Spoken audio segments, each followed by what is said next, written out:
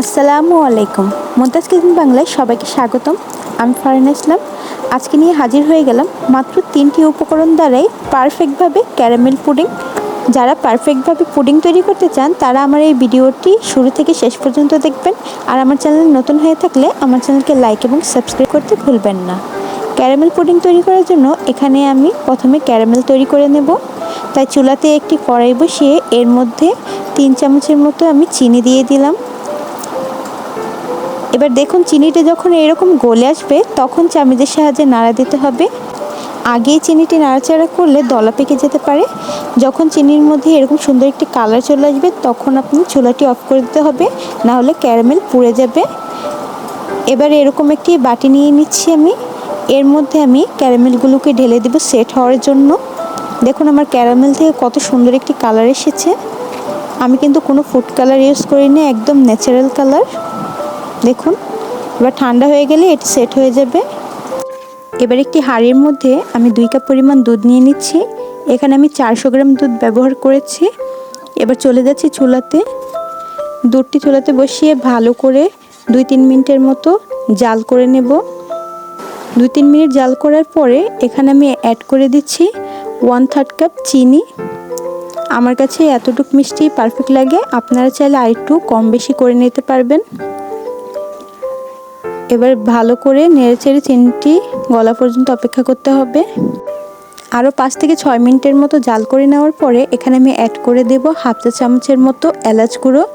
আমি এখানে কোনো ভ্যানিলা এসেন্স ব্যবহার করছি না, আমি ন্যাচারালভাবে আজকে পুডিং তৈরি করে দেখাবো। এবার আরও 10 মিনিট এইভাবেই দুধটিকে জাল করে চুলাটি অফ করে দেব।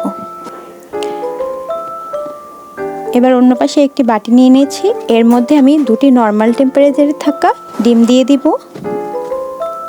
ডিমটিকে আমি একটি চামচের সাহায্যে ভালো করে ফাটিয়ে নেব। ডিমটি যতটা ভালো করে আপনি ফাটিয়ে নেবেন। এবার ফাটিয়ে নেওয়া হয়ে গেলে আমি দুধটিকে একটি ছাঁকনির সাহায্যে ডিমের মধ্যে ঢেলে নিচ্ছি।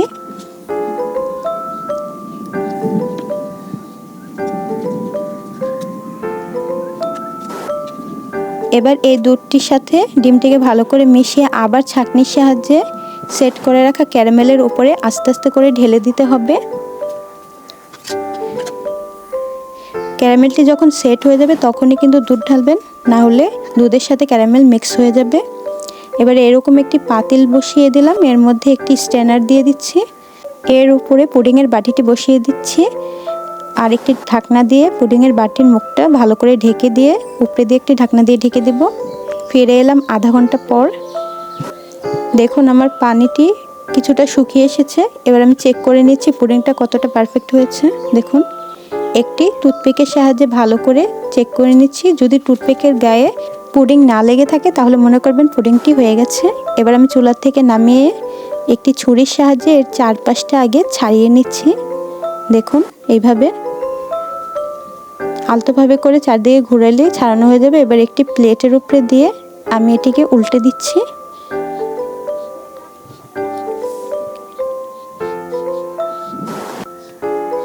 দেখুন এটা আস্তে আস্তে করতে হবে।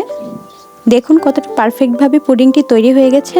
আমি কিন্তু এখানে কোনো agar agar powder, food colour আর কোনো ভ্যানিলা এসেন্স ব্যবহার করিনি। এই 3টি উপকরণ ছাড়াই আজকে একদম ন্যাচারালভাবে পুডিং তৈরি করে দেখালাম। এবার আমি পুডিংটাকে কেটে দেখিয়ে দিচ্ছি ভিতরটা কতটা পারফেক্টভাবে তৈরি হয়ে গেছে। মাত্র 2টি ডিম আর 2 কাপ দুধ দিয়ে পারফেক্টভাবে আমি ক্যারামেল পুডিং তৈরি করে দেখিয়ে দিলাম। আপনারাও চাইলে এইভাবে বাড়িতে ট্রাই করতে পারেন।